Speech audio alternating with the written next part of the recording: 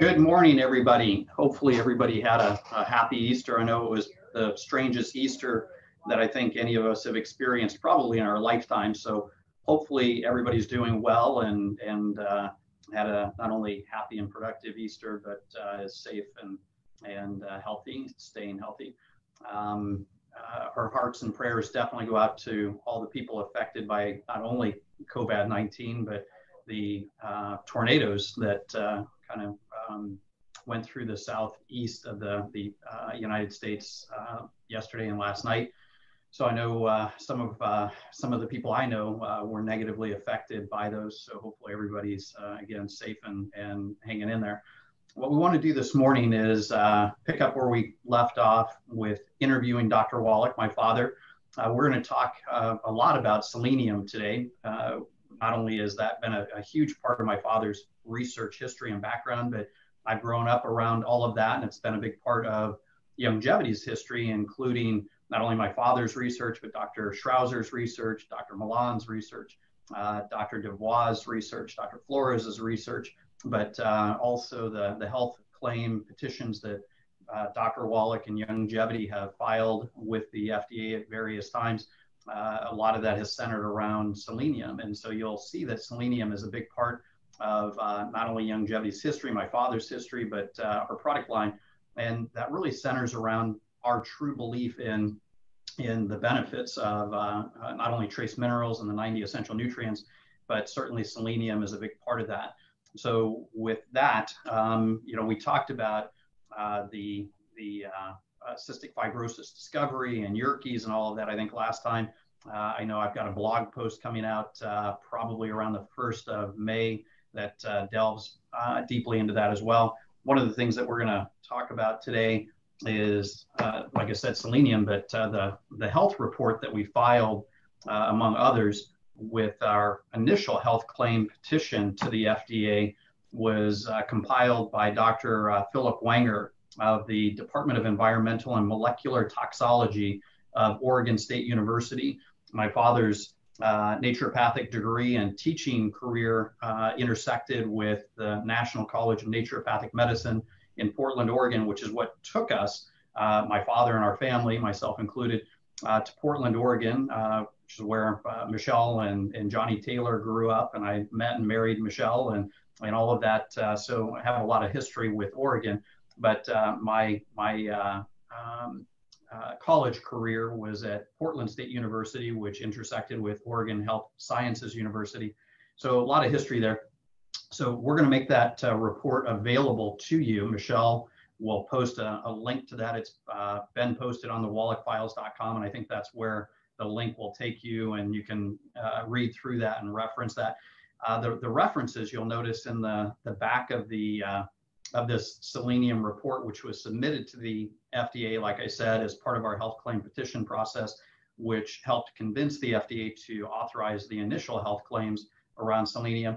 You'll see in the references, I think there's 2 references to Dr. Gerhard Schrauzer, who was the world's foremost expert on selenium, the world's foremost published scientist and researcher in regards to selenium, a mentor of my father, Dr. Wallach's, the head of our scientific advisory board for like 18 years, I think. Youngevity, very accomplished, obviously the founder of the Trace Element Journal and the Trace Element Institute. We also notice a reference to Klaus Schwartz, or K. Schwartz. And you'll, those of you that know or have viewed the documentary on Dr. Wallach or know of the Klaus Schwartz Award, that is the Klaus Schwartz that award was created after and fashioned after. And again, Dr. Wallach is one of the rare recipients of the Klaus Schwartz Award.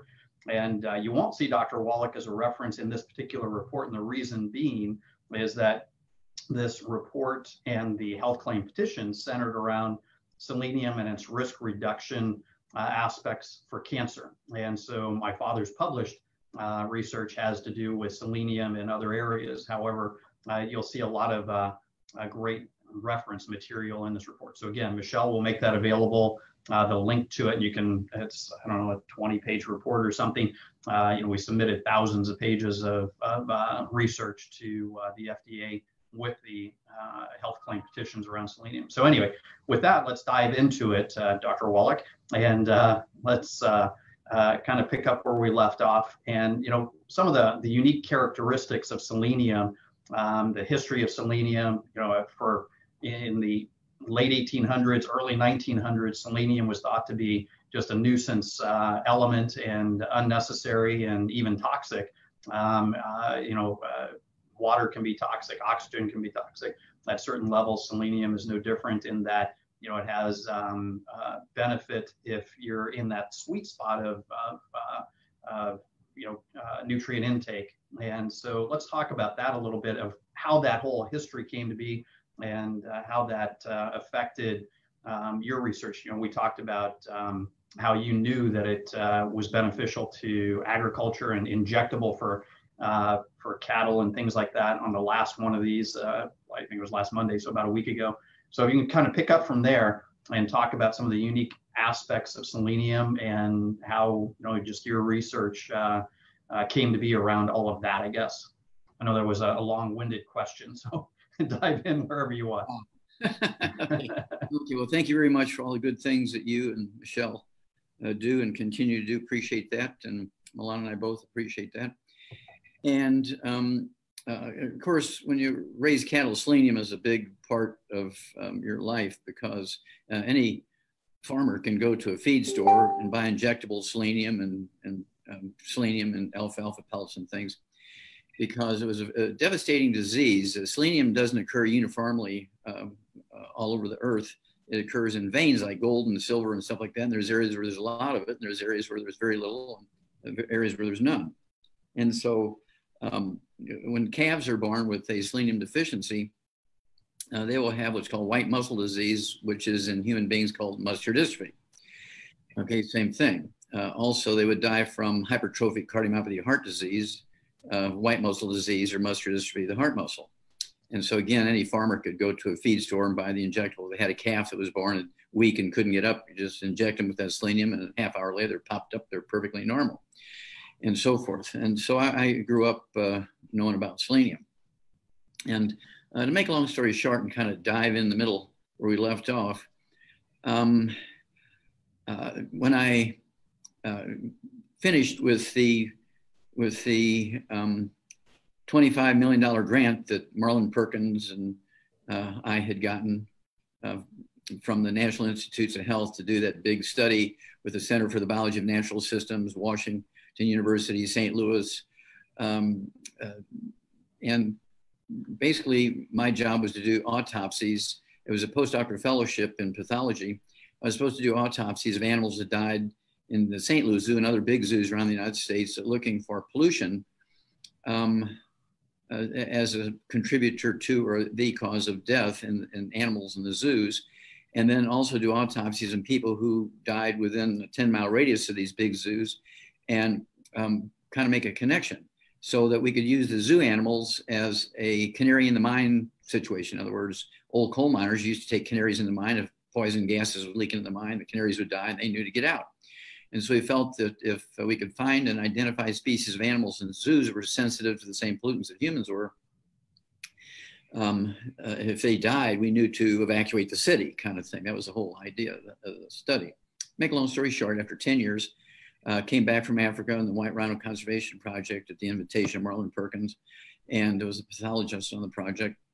And he chose me because I had run into the first mass die-off in America from pollution in 1961. I was only 21 years old and a graduate student in pathology. Make a long story short, identified what happened, well, why they had this mass die-off. And to make a long story short, it was a combination of weather, temperature, chronic low-grade contamination of pollutants in the drinking water and so forth, and got it all published. And I was only 21 years old. My first scientific publication, gave a copy to many people, including Perkins, and he used that as the basis to get the $25 million grant. What I found was in these 10 years and 20,000 autopsies, 17,000 some change of over 454 species of animals and 3,000 humans, there were no deaths from pollution, either in the zoo animals or the people. So that kind of freaked everybody out. And also we found that all the deaths from zoo animals and people living around the zoo that weren't from viruses and poisons and prescriptions and complications of surgery. 98% of the deaths were caused by simple nutritional deficiencies. And this was the basis of my thesis, and it was published. It's in the Smithsonian Institute as a national treasure because they found those things. And it's very, very exciting. Well, after the 10 years is up and the study was over, I got a job at Emory University in Atlanta, Georgia, as a pathologist at the Grady Memorial Hospital, which is the teaching hospital for the medical school, and also as a pathologist for NASA, the National Aeronautic Space Administration, at the Primate Center, okay, the Yerkes Primate Center, Atlanta. And got there in 1977. I started my project in 1967, so it was a 10-year project. And at any rate, 1977, I ran into the first non-human case of cystic fibrosis in a monkey in the NASA colony, and got it all written up. And I was so excited. And of course, I was in every newspaper in the world every day for 3 years or 3 months, I guess it was 3 months.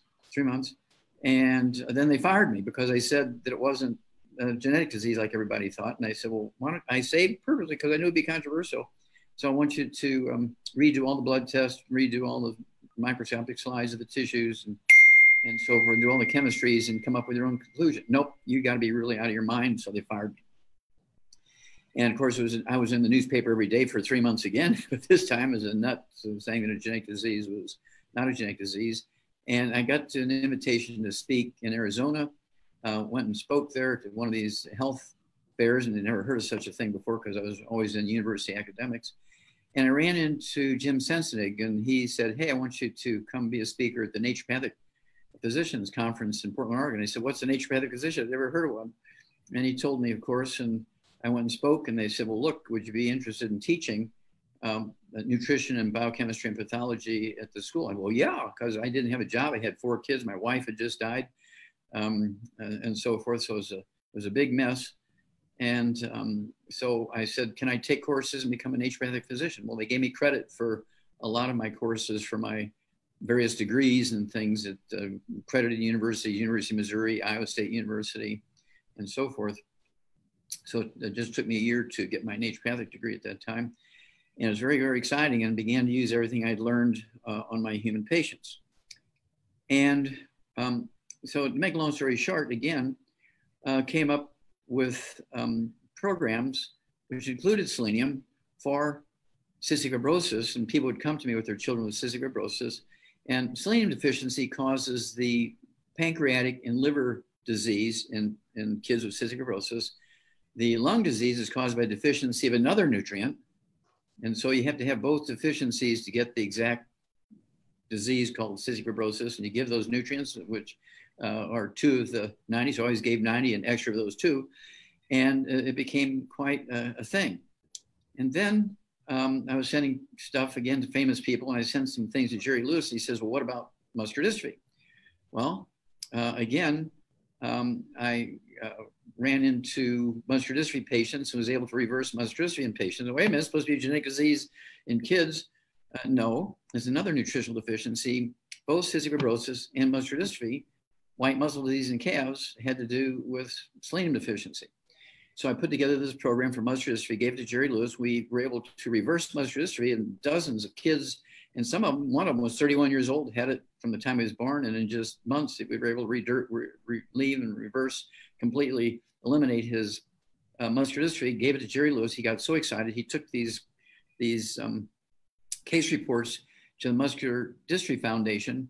They fired Jerry Lewis and stopped the telethon. And that's why you haven't heard anything about the muscular dystrophy for the last 10 years, or cystic fibrosis for the last 10 years, because we've eliminated them by putting these nutrients, including selenium, into baby foods and baby formulas by federal court action. Now here comes the cherry on the parfait, okay? April 16, 2013, a federal court again awarded us another win where they forced the manufacturers of baby formulas to put the selenium into baby formula. It wasn't in baby formula. It was absolutely not in baby formula. There's only 3 nutrients, 3 minerals in baby formulas since the Second World War when they came up with them. And in 1990, Dr. Milan and I published in one of Dr. Schrauzer's journals, Trace Element Research, okay, the journal Trace Element Research, 1,700 autopsies on kids in Qishan province, China, under the age of 10. They all had died of Qishan disease, which was hypertrophic cardiomyopathy heart disease. It's a type of white muscle disease, muscular dystrophy of the heart muscle, causing sudden heart death in kids. This is the sudden heart death you see in athletes in America. We have 25,000 kids under the age of 20 drop dead each year from hypertrophic cardiomyopathy, sudden heart death at playing sports or practicing for sports or eating dinner after a day's worth of practice at sports and things, all caused by deficiency of selenium. Well, April 16, 2013, a federal court gave us another win by forcing the manufacturers of baby formula, by forcing them absolutely a government requirement to have selenium in these baby formulas. Now, this is 2013. They had still not put selenium, a known essential nutrient, into baby formulas. Well, it turns out when Milan and I published that story on Qishan disease, 1,700, 1,700 cases, we had permission to do 2,000 autopsies. We only had time to do 1,700. And did all the chemistries and the microscopy and got it all published and everything in 3 languages, Mandarin, Cantonese, and English in the Journal of Trace Element Research. And 200 of those would have been diagnosed in the United States. They were under 1 year of age. They would have been diagnosed as sudden death syndrome or crib death in the United States. 35% had cystic fibrosis and 100% had muscular dystrophy. I mean, we were so excited about that. Now, 6 months after the manufacturer's baby formula, we're talking about Infamil, Similac, those kind of things, started putting selenium in their formulas, the Charlotte Observer, which is the big newspaper in Charlotte, North Carolina, kind of like the New York Times for New York, the Charlotte Observer came out, front page story with big bold letters, just like Third World War started kind of stuff. So we don't know why, but sudden death syndrome has vanished in the state of North Carolina.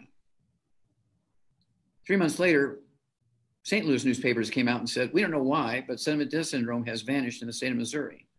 3 months later, all the newspapers of all the states came out and said, we don't know why, but the rate of sudden death syndrome has drastically dropped by 85 to 95%. Well, that's because selenium was put into the baby formulas. And now you don't hear about crib death anymore because it's pretty much eliminated because we put the right nutrient, selenium, into the baby formulas. So it's a very, very exciting thing. And of course, the whole Wallach family, including Milan and I and Steve and Michelle and the girls and Jeremiah and all of Youngevity and all the Youngevity associates. And I was so glad that, Dr. Schrauzer, before he died, he knew all of this stuff. And it was such a great thing to know him and see his understanding of selenium come to fruit. Now, here's a little bit more on crib death. It was only 2% of the babies that died of crib death and diagnosed with crib death at autopsy were in bed with their mother when they died, less than 2%. None of them suffocated. When you redid the autopsies, none of them suffocated. When you knew what you're looking for, they all died from hypertrophic cardiomyopathy heart disease, white muscle disease of the heart, muscular dystrophy of the heart. Sudden death syndrome was hypertrophic cardiomyopathy heart disease of the heart, a selenium deficiency. And so when we got selenium put in baby formulas, it ended sudden death syndrome.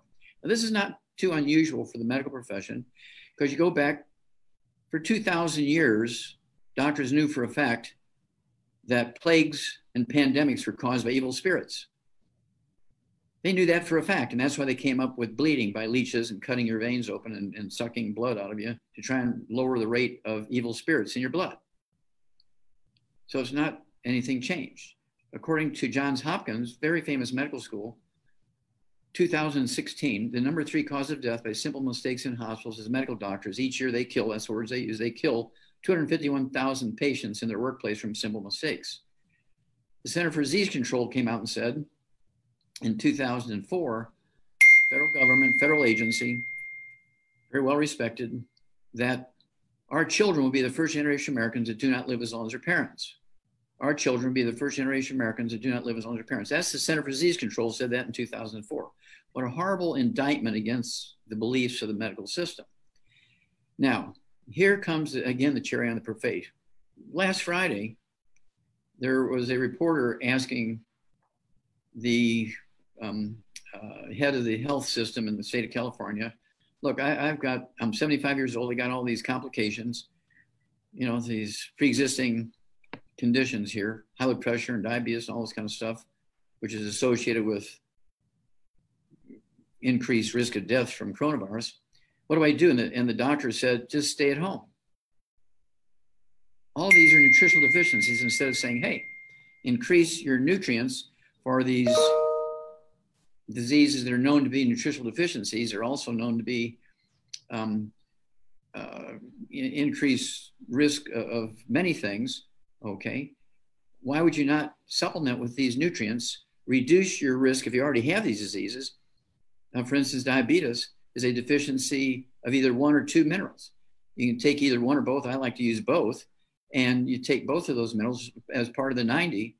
People with type 2 diabetes, brittle diabetes for 20 years will go away in 30 days by actual blood tests. Their doctors say, I don't know why, but you don't have diabetes anymore.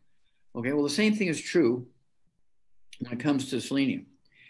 If everybody were to supplement with the 90 essential nutrients and with extra selenium, I take like 9 selenium capsules a day. In addition to the 90, I take the Healthy Brain and Heart Pack, and I take 9 selenium a day. In addition to the 90 essential nutrients, I stay away from all the bad stuff, including gluten, so I can maximize absorption, which brings me to one more piece, and I'll just take 2 minutes, if I may, on the gluten thing. The Germans they're the 5th leading country in the world when it comes to number of infections with the coronavirus. They're number 5 in the world. Yet their fatality rate is 0.5%. They have the lowest fatality rate in the world. Yet they're the number 5 out of 186 countries that got it. They're number 5 with the numbers of infections, but they have the lowest rate of deaths. Okay. And then when you look at Louisiana, their rate of these pre-existing conditions is 66% high blood pressure. Italy has 76% high blood pressure. Again, Louisiana, when it comes to diabetes, is 43.5%. Italy is 35%. When it comes to hypertrophic cardiomyopathy heart disease, a selenium deficiency, right? It's 22% in Louisiana and 33% in Italy. Now, why would Italy have the highest rate of these diseases, okay, these pre-existing conditions? Why is it that Italy has the highest death rate, the 10% from coronavirus? That's because their source of calories is 99.99% wheat, gluten, pasta. You look at Germany, 99% of their, and I've been doing research on this for weeks, 99% of their source of carbohydrates is potatoes. They do not eat gluten. So if you stay away from gluten, get off of gluten, take your 90 essential nutrients, throw in extra selenium, guess what? We can actually have the rate of deaths from coronavirus go from 10% like it is in Italy down to 0.5% like it is in Germany. And the most exciting thing to me is when a kid gets coronavirus, the death rate, is very low. They don't even get clinical disease. It's sort of like a low common cold. And then when you get in your 50s, suddenly you have to go to the hospital and be on ventilators, but most people will survive. But you get in your 60s and 70s, you're in trouble. The average age of death in the United States and Italy from coronavirus is 80 years of age, okay? And that's because their white blood cells aren't functioning anymore to protect them. Their antibodies aren't functioning anymore to protect them because they have osteoporosis. We've known this for 8,000 years, that osteoporosis is a takeoff from celiac disease, which is due to gluten. We've known that for 8,000 years. It was again repeated by a Roman physician, 250 BC. He came out and said the most common side effect of celiac disease is osteoporosis. Well, osteoporosis, your bone marrow fills up with scar tissue, no more white blood cells, so you can't go after and kill and eat the viruses anymore. So that's my story, and I'm sticking with it, Steve. Okay, all right. There's a lot of information there. Again, Michelle's going to post a link to the Dr. Wenger selenium report. So there's a lot of great information in that. You know, one of the reference books I like to use is the dietary reference intakes books dietary reference intakes book. There's a series of them, and this one happens to be on vitamin C, vitamin E, selenium, and carotenoids. And it's published by the Institute of Medicine.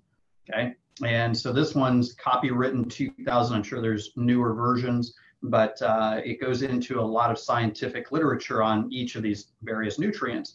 And so I like to wallow in that reference material at times. But there's a big section in this. And again, it was this version was published in 2000. And you'll see I have a lot of dog ear bookmarks. But there's a big section on Kishan and Kishan province, Kishan disease, and the Kishan references that you're talking about. So it's not just you, it's not just Dr. Milan, it's not, I shouldn't say just, but it's not only you and only Dr. Milan and only Dr. Schrouser that talk about Kishan and Kishan disease being specifically related to and caused by selenium deficiency. It's published in the Institute of Medicine DRI reference book in the section on selenium. And yet you and Dr. Milan actually went to Kishan province in China and did these autopsies, reviewed the pathology, and published a study and a report on your findings. So you didn't just read about it like I'm reading about it. You actually took the initiative to go there and see the results with your own eyes and research this yourself. It's what's called original research. You did the research, and you and Dr. Milan. And so, everybody owes you and Dr. Milan and Dr. Schrouser a great debt of gratitude for that persistence in educating the world really on the benefits and importance of selenium. When you got back, not only did you continue working on educating the world on that, I remember, in the late 70s and 80s and beyond, ever since really, but you giving free lectures on your findings all around the world really, but certainly around the country, and 2020 being in our living room, interviewing you and all of that stuff. But in 2003, it was actually 2002, you and Wellness Lifestyles, which is this company, the name has changed to AL Global, always doing business DBA as longevity, and before that American longevity. But in 2002, you and the company through Jonathan Emord's office filed the first selenium health claim petition. And so in 2003, and you can find this on the FDA.gov website, is the letter corresponding with Jonathan Emord informing him on our behalf that they were going to allow qualified health claims for the first time on selenium. And that meant that the world could use those qualified health claims. And so we went where the science was to file those health claims. And that's the Philip Wenger, the Dr. Wenger report on the benefits of selenium and the risk reduction of certain cancers. And so getting the education out there was not really the starting point, but the continuation of helping to educate the world on the importance and the necessity and the essentiality of selenium, for example. And then you and the company filed additional health claims on various other vitamins and essential fatty acids and so forth. And there's a lot of history that we'll get into in future, articles and things and blog posts and interviews maybe on those. But in 2009, this is kind of interesting too, and this was published in nutraingredients.com, which to this day is one of the online magazines for the industry of nutrients and nutrition and the nutrition industry. And but the headline is FDA faces legal challenge over selenium health claims.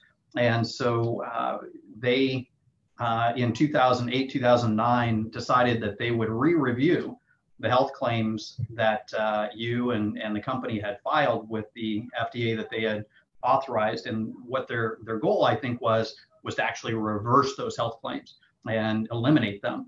And so you and a coalition of like-minded people, and Jonathan E. Mord really was the tip of the spear in dealing with the court activity, obviously, actually sued the FDA and widened the health claims filed with the FDA. And so additional health claims, instead of reversing the existing health claims, they actually had to authorize and wound up authorizing a wider array of health claims associated specifically with selenium and selenium supplementation. They selenium intake. So we can widen it some more.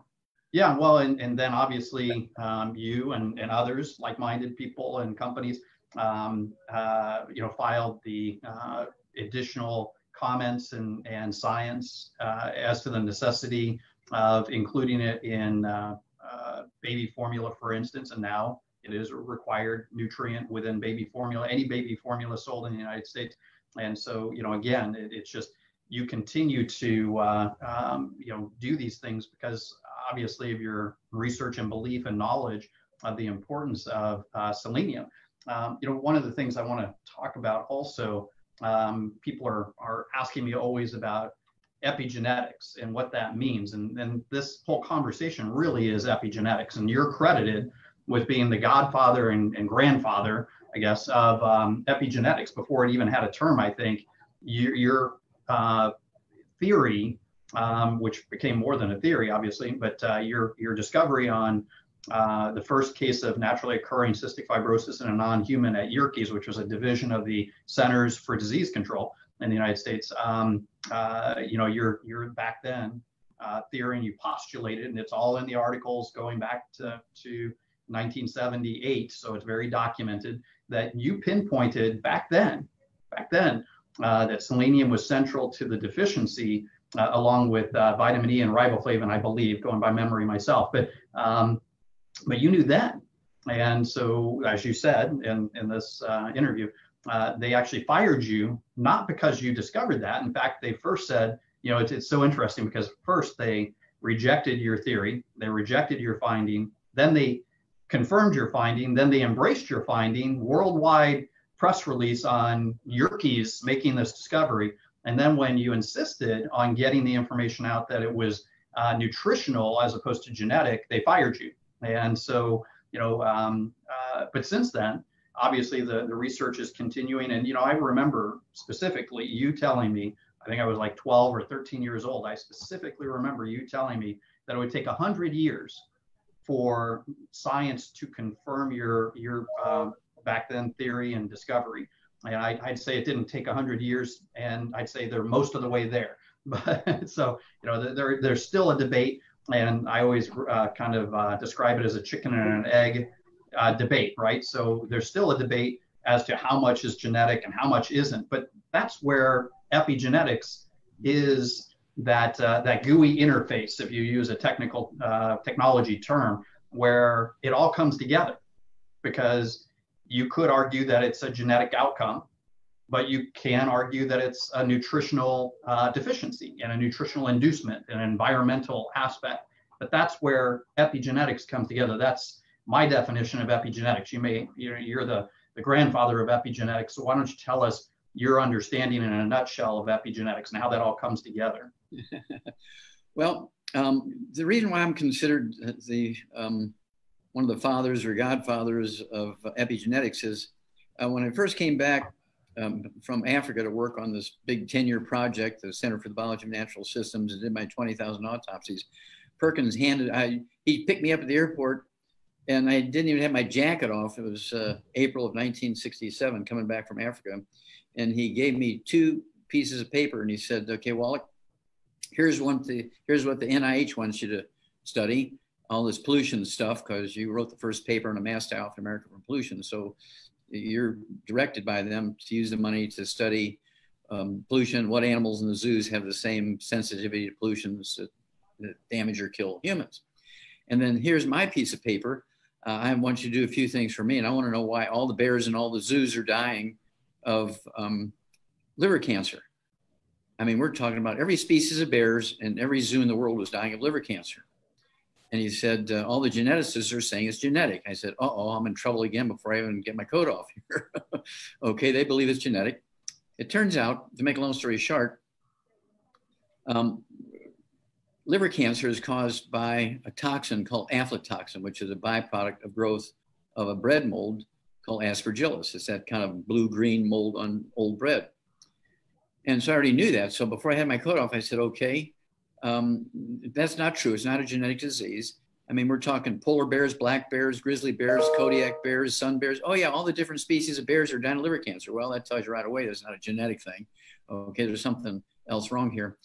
Take me to where you store the food for the bears, because St. Louis has all these gunite caves and beautiful setup for bears. Every species of bears is one of the biggest bear populations in America, St. Louis Zoo. So he takes me to this barn, and they have all this old bread from the thrift stores in there. And I said, shut off the lights. And we had stopped at the zoo animal hospital and picked up a black light, which is a UV light. I said, turn off the lights, turn off the lights. And I shined the UV light, turned it on and shined it on to all this old bread. And all the old bread glowed like a green go light at a stoplight at an intersection.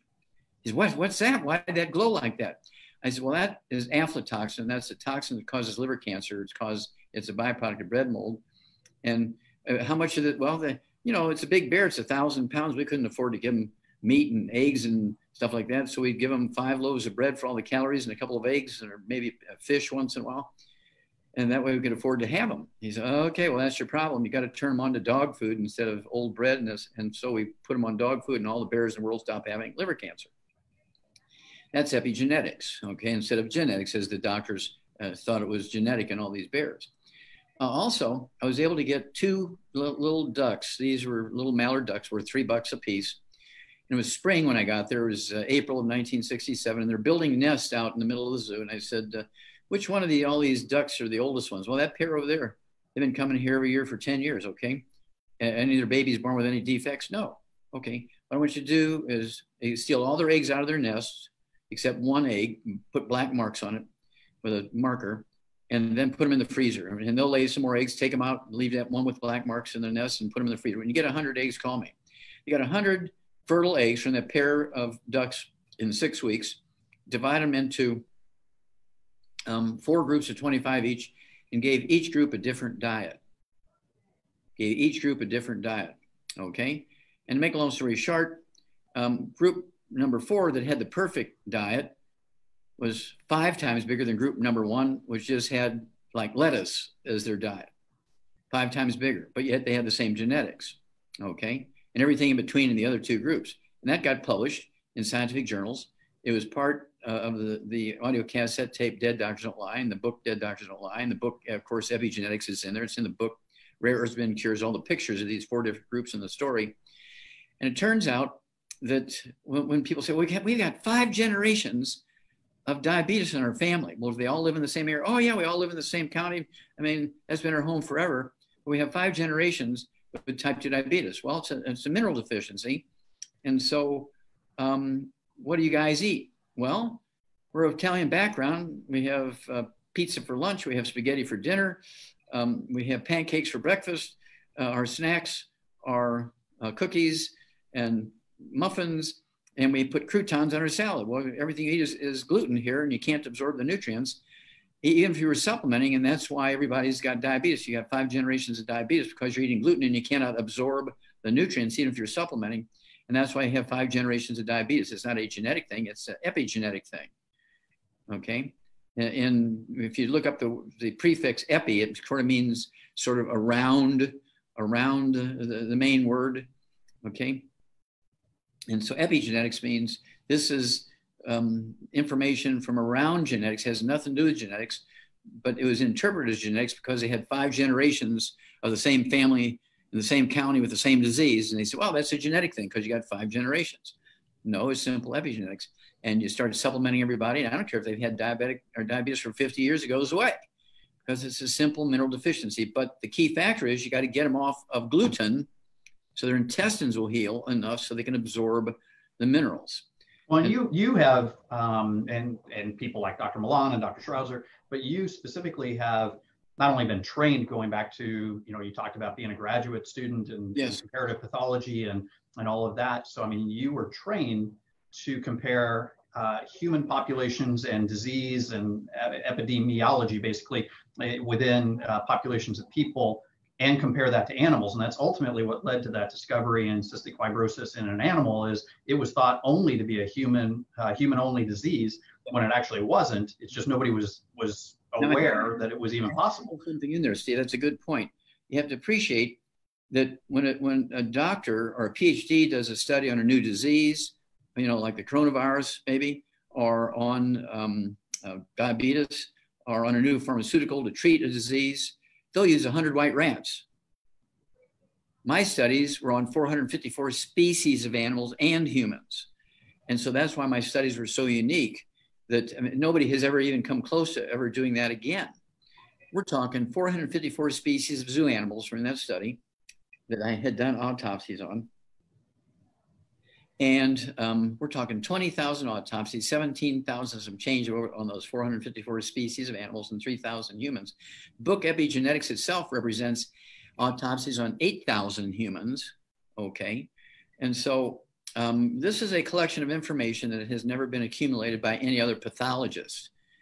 I mean, even Harvard Medical School, other than my work, they don't have anything like that in there. I'm sure they have my stuff in their library, but other than my work in their library, there's nobody has come close to doing those kind of things. So I have a different view. I have a different understanding. I'm certainly not smarter than anybody else. I'm just a dumb farm boy from Missouri, but I do have exposure to things, okay, including autopsies of free-ranging animals in Africa, the various antelope. We would actually kill 5 different species of antelope and buffalo and everything because they were eating the same grasses that the white rhino was and competing for food with a rare endangered species. So we would kill the competition and give the carcasses to the villages so they could have meat and everything like that. But I would do autopsies on them and look for birth defects and we had different diseases in those animals based on what game reserve they came from, because the nutrients in the soil were different in the different game reserves. So it was all kind of interesting, even in the free ranging animals.